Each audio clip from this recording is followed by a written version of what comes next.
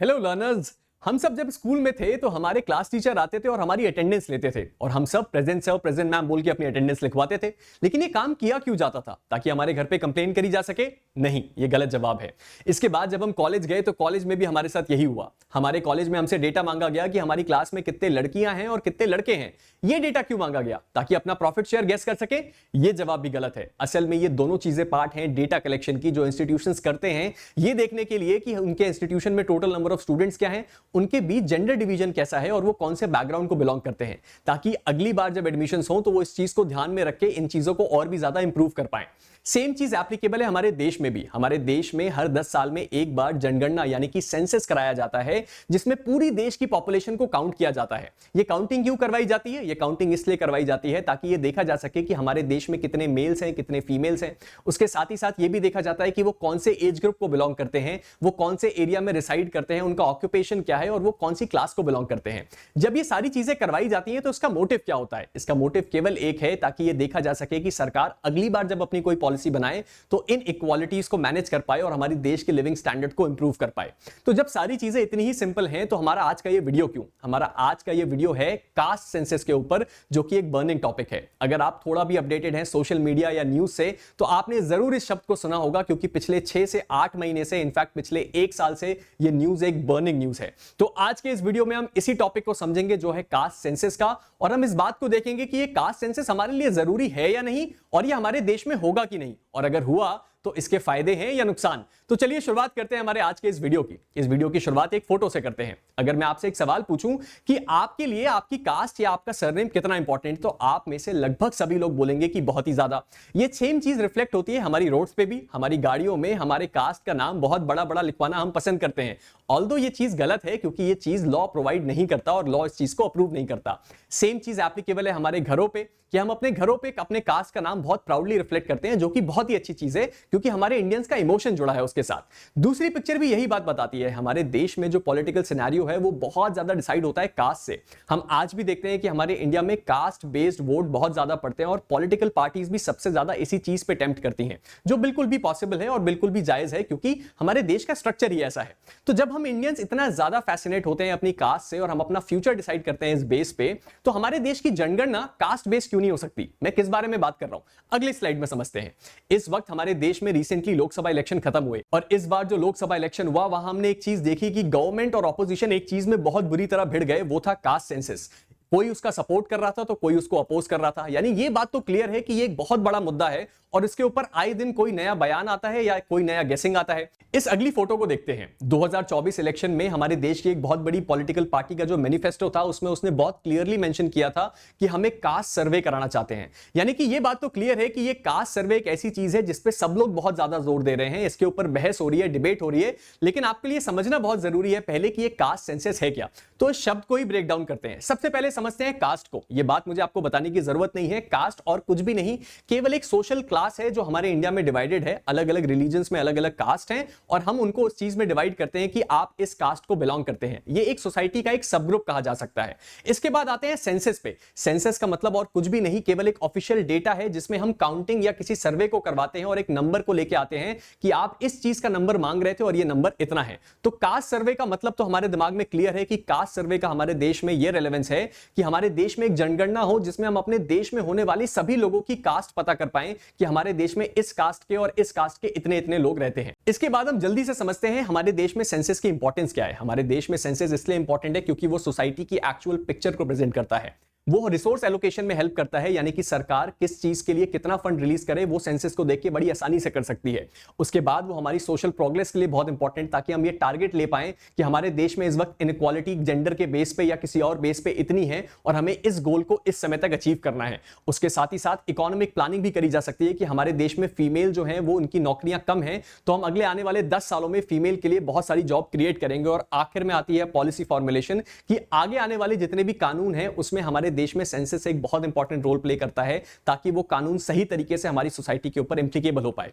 अब जरा फर्क समझते हैं कि हमारे देश में कास्ट सेंसस और जनरल सेंसस में फर्क क्या है। सेंसस और कास्ट बेस्ड सेंसस में बड़ा बेसिक डिफरेंस है। सेंसस है जनरल पॉपुलेशन का काउंट, यानी कि एक ओवरव्यू लेना कि हमारे देश में कितने लोग रह रहे हैं और वो कौन से जेंडर को बिलोंग करते हैं। लेकिन जब हम कास्ट बेस्ड सर्वे की बात करते हैं तो वो बहुत ही ज्यादा स्पेशलाइज्ड है, यानी कि उसके अंदर और भी ज्यादा डिटेल। यहां पे हम ये तो जानेंगे कि हमारे देश में कितने लोग रहते हैं, लेकिन हम ये भी जानेंगे कि वो कौन सी कास्ट को बिलोंग करते हैं, ताकि हम एक आइडिया ले पाएं कि कौन सी ऐसी कास्ट है जो अभी बैकवर्ड में है और उनको बहुत ज्यादा अपलिफ्टमेंट की जरूरत है, और कौन सी ऐसी कास्ट है जो प्रोग्रेस अच्छा कर रही है। चलिए जल्दी से समझते हैं एक टाइमलाइन को। ये टाइमलाइन हमें एक्चुअल पिक्चर बताएगी कि हमारे देश में सेंसस का और कास्ट सेंसस का हिस्ट्री क्या है। सबसे पहले आता है साल 1881, जब पहली बार हमारे देश में ब्रिटिशर्स ने एक ऑफिशियल सेंसस करवाया और हमारी देश की एक्चुअल पॉपुलेशन का नंबर लिया।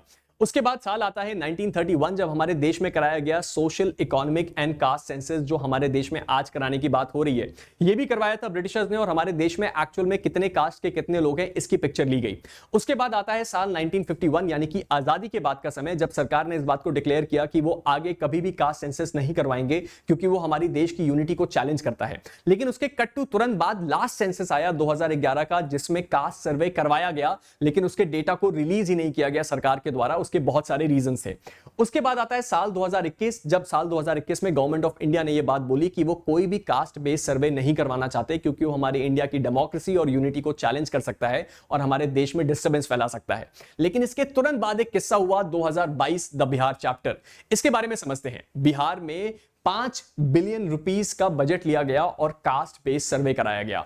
यह सर्वे करवाया गया 7 जनवरी 2022 से, यानी कि गवर्नमेंट ऑफ इंडिया के स्टेटमेंट आने के एक साल बाद, और इसका डेटा रिलीज किया गया 2 अक्टूबर 2023 को। इस डेटा में क्या आया सर? इस डेटा में कास्ट के बारे में एक बहुत ब्रीफ डिटेल आई, यानी कि उसमें बताया गया कि जो जनरल कास्ट की कम्युनिटीज हैं वो केवल 15% है बिहार में, और बाकी कम्युनिटीज का नंबर ज्यादा है। इससे पूरे देश में बहुत ज्यादा डिस्टर्बेंस फैला, बहुत सारी डिबेट्स हुई और बहुत सारी बातें हुई कि ये डेटा गलत है, मैनिपुलेटेड है। कई लोगों ने इस बात को क्लेम किया कि ये डेटा एक्चुअल में सही है, और कई लोगों ने क्लेम किया कि गलत है। लेकिन एक्चुअल में इस रियल डिबेट तब शुरू हुई जब इस बात को चैलेंज किया गया कि ये कास्ट सर्वे कराना कितना सही था और कितना गलत। इस कास्ट सर्वे में कुछ और डिटेल्स भी आई, जैसे कि बिहार में 81.99% हिंदूज हैं, 17.70% मुस्लिम्स हैं, और अदर कास्ट के जो और अदर रिलीजन के जो लोग हैं वो 0.30% ही लोग हैं। इसका मतलब ये नहीं है कि कास्ट सर्वे में केवल रिलीजन तय किया जाता है, इस रिलीजन के अंदर भी कितनी कास्ट है इसका नंबर भी लिया गया। और अगर आप इस बारे में देखना चाहते हैं तो आप गूगल पे सर्च करके इस डेटा को बहुत क्लियरली देख सकते हैं। ये वो लास्ट टाइम था और सबसे रीसेंट टाइम था जब किसी स्टेट ने कास्ट सेंसस करवाया और उसके डेटा को पब्लिक भी किया। इस चीज के ऊपर फिर एक केस हुआ, यूथ फॉर इक्वालिटी का केस, जिसमें गवर्नमेंट के इस डिसीजन को वहां के हाई कोर्ट ने वैलिड माना। लेकिन उसके बाद सेंट्रल गवर्नमेंट ने एक एफिडेविट फाइल कर दी एक सोच एक प्रयास के केस में सुप्रीम कोर्ट में, जहां उसने इस कास्ट सेंसस को गलत बताया। यह बात तो क्लियर हुई कि हमारे देश में इस वक्त सिनेरियो चला क्या कास्ट सेंसस का। अब जरा जल्दी से समझते हैं कि इस कास्ट सेंसस के प्रोस क्या हैं और इस कास्ट सेंसस के कॉन्स क्या हैं। चलिए जल्दी से देखते हैं कास्ट सेंसस के कुछ प्रोस को। सबसे पहला प्रो तो यह है कि यह सोशल इनइक्वालिटी को कम करेगा। अगर हमें यह बात पता चल पाए कि हमारे देश में कुछ ऐसी कास्ट है जिनके साथ बहुत मेजर इनइक्वालिटी है, तो हम उस डायरेक्शन में काम कर पाएंगे। उसके बाद इक्विटेबल डिस्ट्रीब्यूशन ऑफ रिसोर्सेज में यह हेल्प करेगा, यानी कि हमारे देश में जो रिसोर्सेज है अगर हमें यह पता चल पाए कि ये कौन सी ऐसी स्पेसिफिक कास्ट है जहां तक नहीं पहुंच पा रहा है किसी भी कारण से, तो शायद हम उनको और भी ज्यादा एड कर पाए। उसके बाद आता है मॉनिटरिंग। हम मॉनिटर कर सकते हैं इफेक्टिवनेस ऑफ एक्शन, यानी कि हम जो एक्शन ले रहे हैं कास्ट के डेवलपमेंट के लिए वो एक्चुअल में उन तक पहुंच रहा है कि नहीं, इस बात की एक्चुअल पिक्चर हमें मिल सकती है कास्ट सेंसस से। उसके बाद हमें इंडियन सोसाइटी की रियल पिक्चर मिल सकती है, और हमारे कॉन्स्टिट्यूशनल मैंडेट भी ये बात कहता है कि कास्ट सेंसस कराया जा सकता है। हमारे संविधान में इस चीज के बारे में क्लियरली बात लिखी हुई है। अब जल्दी से देखते हैं इसके कुछ कॉन्स को। कॉन्स में सबसे बड़ा कॉन तो सबसे पहले यह है कि अगर आप हमारे देश में कास्ट बेस्ड सेंसस कराएंगे तो दोबारा हमारे देश में कास्ट सिस्टम बढ़ने लग जाएगा, यानी कि रीइंफोर्स होगा। उसके बाद है डिफिकल्ट टू डिफाइन कास्ट, यानी कि हमारे देश में ऐसे बहुत सारे लोग हैं जो अपने आप को अलग अलग कास्ट में मानते हैं। ये डेटा इतना वाइड है कि इसको एक जगह पे क्लब कर पाना और इस पे एक जगह पे पूरा डेटा जो कि प्योरली 100% करेक्ट हो निकाल पाना बहुत ही ज्यादा टफ होगा, और कभी कभी प्रैक्टिकली इंपॉसिबल भी कहा जा सकता है। उसके बाद तीसरी आती है कि ये फर्दर सोशल डिवीजन में वर्क करता है, यानी कि अगर आप कास्ट बेस्ड सर्वे कराएंगे और इस डेटा को रिलीज करेंगे तो लोगों के बीच भेदभाव बढ़ेगा। कोई इस बात से खुश होगा कि उसको रिकॉग्निशन मिला, तो कोई इस बात से दुखी होगा कि उसको रिकॉग्निशन रिजर्वेशन कम मिल रहा है या वो उतना नहीं है जितना वो सोच रहा था, और इस चीज में हमारे देश में दंगे हो सकते हैं, हमारे देश में प्रॉब्लम्स हो सकती हैं, और उसके साथ ही साथ लोगों के बीच भेदभाव बढ़ सकता है, और यही सबसे बड़ा नुकसान है। लेकिन हम सब एक जुडिशरी एस्पिरेंट है, इसलिए हमारे लिए सबसे ज्यादा जरूरी यह है जानना कि कॉन्स्टिट्यूशनली क्या वैलिड है कास्ट सेंसस करवाना। उसको समझते हैं अगली स्लाइड में। ये सेंसस में हमें फेवर और अगेंस्ट दोनों की चीजें मिलेंगी, यानी कि कास्ट सेंसस में कॉन्स्टिट्यूशन में कुछ चीजें फेवर की भी हो सकती हैं और अगेंस्ट की भी। सबसे पहले फेवर को देखते हैं। आर्टिकल 340 इस बात को अलाउ करता है कि प्रेसिडेंट किसी कमीशन को बना सकते हैं ताकि वो एजुकेशनली बैकवर्ड क्लासेस और सोशली बैकवर्ड क्लासेस के बारे में इन्वेस्टिगेट कर सके और उनके डेटा को कलेक्ट कर सके। यानी कि ये चीज तो बिल्कुल पॉसिबल है कि प्रेसिडेंट चाहे तो एक कास्ट सेंसस करवा सकते हैं। उसके बाद एंट्री 20 जो है कॉन्करेंट लिस्ट की, वो इस बात की पावर देती है सेंट्रल और स्टेट दोनों गवर्नमेंट को कि वो क्या कर सकते हैं, कास्ट सेंसस करवा सकते हैं। यानी कि कॉन्स्टिट्यूशनली तो पॉसिबल है, लेकिन कॉन्स्टिट्यूशनली एक चैलेंज भी है, वो है आर्टिकल 21 राइट टू प्राइवेसी का। यानी कि आर्टिकल 21 हमें right to life and personal liberty की बात करता है और राइट टू प्राइवेसी उसका एक इंपॉर्टेंट एलिमेंट है। और ये अगर हम कास्ट सर्वे कराएंगे तो हर इंसान को अपनी कास्ट डिक्लेयर करनी पड़ेगी। लेकिन अगर कोई इंसान अपने कास्ट को नहीं बताना चाहता तो हमारे देश में आज भी कई ऐसे लोग हैं जो इस चीज से आगे बढ़ चुके हैं और अब अपने सरनेम को ही हटा चुके हैं अपने नाम से, और वो अपने किसी भी कास्ट को कैरी नहीं करते। और अगर ऐसे लोगों के साथ ये उनकी राइट टू प्राइवेसी का चैलेंज होगा। उसके साथ ही साथ कुछ बेसिक फंडामेंटल राइट्स का भी वायलेशन है, क्योंकि ये बात तो क्लियर है कि जब कभी भी कास्ट सेंसस कराया जाएगा तो सोसाइटी में इनइक्वालिटी बढ़ेगी और ऐसे लोगों के साथ जो बैकवर्ड क्लासेस को बिलोंग करते हैं शायद उनके साथ कुछ गलत या उनके साथ कुछ भेदभाव बढ़ जाए। तो ऐसी सिचुएशन में उनके फंडामेंटल राइट्स का क्लियर वायलेशन होगा और हमारे देश में एक डिस्टर्बेंस का माहौल हो सकता है। तो बेसिकली ये था हमारे देश में कास्ट सेंसस की एक एक्चुअल पिक्चर, जिसमें हमने देखा कि हमारे देश में कास्ट सेंसस हो सकता है या नहीं, उसका मतलब क्या है, वो होगा तो किन डायमेंशंस में होगा, उसके फायदे क्या है, नुकसान क्या है, रिसेंट में कास्ट सेंसस कब हुआ, उसका डेटा क्या था, और उसके साथ ही साथ हमने इस बात को भी देखा कि हमारे देश में कॉन्स्टिट्यूशनली कास्ट सेंसस पॉसिबल है या नहीं। अगर ये वीडियो आपको अच्छा लगा तो हमारे चैनल को सब्सक्राइब जरूर कीजिएगा और आप हमारे चैनल के साथ ट्यून्ड रहिए, क्योंकि और भी ऐसे इंफॉर्मेटिव वीडियोस आपके लिए आते रहेंगे। अगर कोई स्पेसिफिक टॉपिक है जिस पे आप वीडियो चाहते हैं तो आप हमें नीचे कमेंट सेक्शन में जरूर बता सकते हैं। मिलते हैं एक नई वीडियो के साथ, तब तक के लिए keep stay motivated and keep learning hard. Thank you.